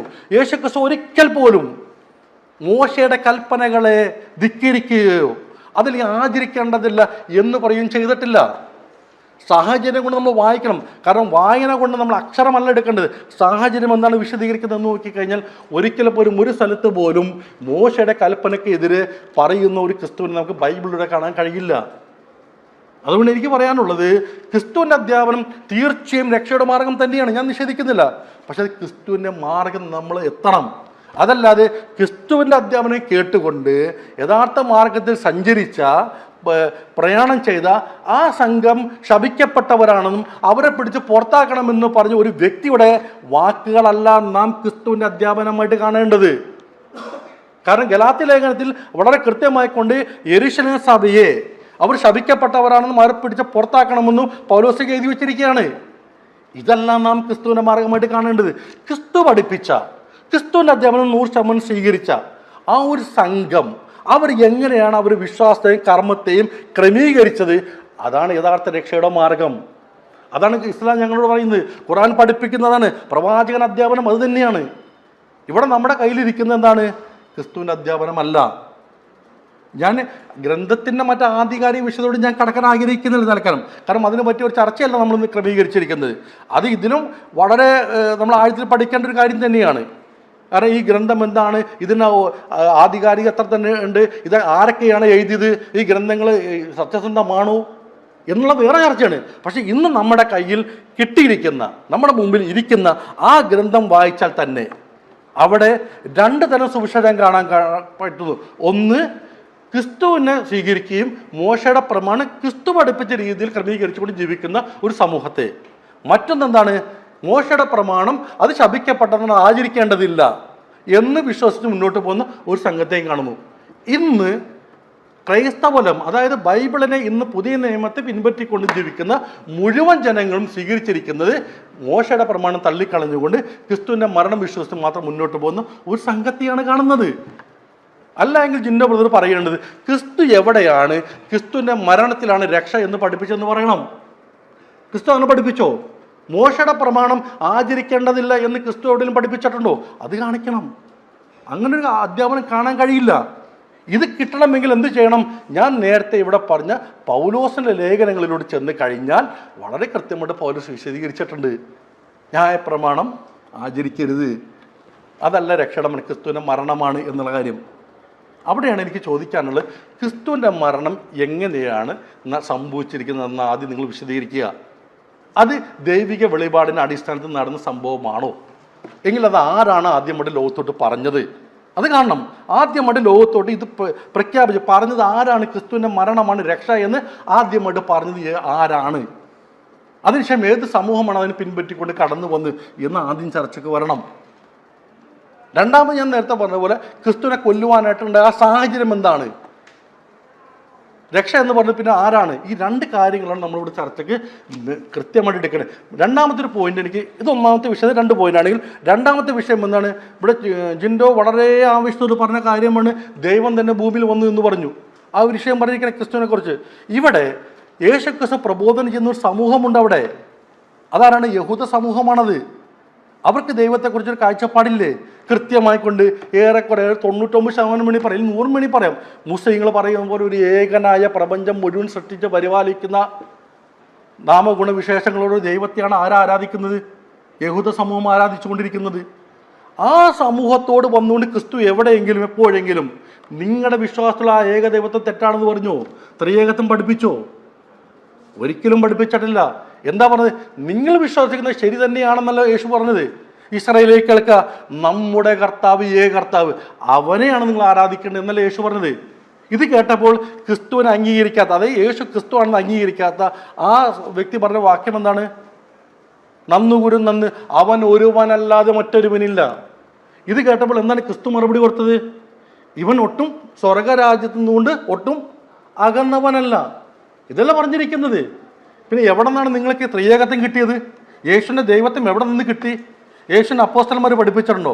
അവരെന്താ പറഞ്ഞത്? ആകാശവും ഭൂമിയും സമുദ്രവും എല്ലാം സൃഷ്ടിച്ച നാഥ, നിന്റെ പരിശുദ്ധനായ ദാസൻ. യേശുവിനെ കുറിച്ച് പറഞ്ഞ വാക്യമാണത്. യേശുവിൻ്റെ സ്വർഗാരോഹണത്തിന് ശേഷം പറഞ്ഞ വാക്യമാണ് ഞാൻ ഈ പറഞ്ഞത്. നിന്റെ പരിശുദ്ധനായ ദാസനായ ക്രിസ്തുവിനെ. അവിടെ നല്ല വാക്യം കാണുന്നത്. ഇത് ലൂക്കോസ് എഴുതിയ പുസ്തകത്തിലാണ് ഞാൻ പറയുന്നത്. അപ്പോൾ ഇവിടെ വളരെ കൃത്യമായിട്ട് കാണാൻ കഴിയുന്നത് യേശു ദൈവമാണ് എന്നുള്ള സങ്കല്പം യേശുവിൻ്റെ അധ്യാപനത്തിൽ ഒതുങ്ങുന്നില്ല. അതുകൊണ്ട് ഖുർആൻ വളരെ കൃത്യമായിട്ട് പറഞ്ഞിട്ടുണ്ട്, ആരെങ്കിലും യേശുവിനെ ദൈവമാണെന്ന് അംഗീകരിച്ച് കഴിഞ്ഞാൽ, അല്ലെങ്കിൽ ആരാധിച്ച് കഴിഞ്ഞാൽ അവൻ എന്ത് കിട്ടില്ല? സ്വർഗം അവനക്ക് നിഷിദ്ധമാണ്, അവൻ്റെ സങ്കേതം നരകമാണെന്ന് പറഞ്ഞിരിക്കുന്നത്. അത് ബഹുദൈവ ആരാധനയാണ് യേശുവിനെ ആരാധിക്കുന്നത് എന്നാണ് ഖുർആൻ പറഞ്ഞിരിക്കുന്നത്. ഇവിടെ അതുകൊണ്ട് എനിക്ക് എൻ്റെ സുഹൃത്തിനോടെല്ലാം പറയാനുള്ളത്, ഈ വിഷയത്തെ നമ്മൾ വളരെ ആത്മാർത്ഥമായിക്കൊണ്ട് ക്രിസ്തുവിൻ്റെ അധ്യാപനം എന്തായിരുന്നു, ക്രിസ്തു എന്താണ് പഠിപ്പിച്ചിരുന്നത്, അതിനെ യഥാവിധി കൈക്കൊണ്ട ശിഷ്യന്മാർ എങ്ങനെയാണത് മനസ്സിലാക്കിയത് എന്ന കാര്യത്തിൽ നിന്നുകൊണ്ട് വിശ്വാസത്തെയും കർമ്മത്തെയും ക്രമീകരിച്ചുകൊണ്ട് നമ്മുടെ ജീവിതത്തെ നാം മുന്നോട്ട് നയിച്ചു കഴിഞ്ഞാൽ ക്രിസ്തു വിഭാവനം ചെയ്ത മരണത്തിന് ശേഷമുള്ള നിത്യത കരസ്ഥമാക്കാൻ സാധിക്കുമെന്നുള്ളതാണ്. ആ അധ്യാപനത്തിൻ്റെ അവസാനത്തെ പ്രവാചകനാണ് മുഹമ്മദ് നബി സല്ലല്ലാഹു അലൈഹി വസല്ലം എന്ന് പറയുന്നത്. അതല്ലാതെ ഞങ്ങൾ ഒരിക്കൽ പോലും മുൻ കഴിഞ്ഞ പ്രവാചകന്മാരുടെ അധ്യാപനം തെറ്റാണെന്ന് ഞങ്ങൾ ഒരിക്കലും എവിടെയും പറയുന്നവരല്ല. ഞങ്ങൾക്ക് ആ ഒരു കാഴ്ചപ്പാടേ ഇല്ല. ഞങ്ങൾ പറയുന്നത് എന്താണ്? മുൻ കഴിഞ്ഞു പോയ പ്രവാചകന്മാരെ പഠിപ്പിച്ച ആ അടിസ്ഥാന തത്വം തന്നെയാണ് മുഹമ്മദ് നബിയിലൂടെ പൂർത്തിയായിരിക്കുന്നത് എന്നുള്ള കാര്യമാണ്. അപ്പോൾ ആ തത്വത്തിലോട്ട് പഠിക്കാനും എന്തുകൊണ്ടാണ് നാം വ്യത്യസ്തമായി നിൽക്കുന്നത് എന്നുള്ള നല്ലൊരു ആഴത്തിലുള്ള പഠനത്തിനും നമ്മൾ തയ്യാറാവണം എന്ന കാര്യമാണ് എനിക്ക് എൻ്റെ വിഷയാവതരണത്തിൽ എൻ്റെ സുഹൃത്തുക്കളോട് എനിക്ക് ഉണർത്താനുള്ളത്. അല്ലാഹു സുബ്ഹാനഹു വ തആല അതിന് നമ്മളെല്ലാവരെയും പൂർണ്ണമായിട്ട് എത്തിക്കട്ടെ എന്ന് മാത്രം പ്രാർത്ഥിച്ചുകൊണ്ട് ഞാൻ എൻ്റെ സംസാരം അവസാനിപ്പിക്കുന്നു. അസ്സലാമു അലൈക്കും വറഹ്മത്തുള്ളാഹി.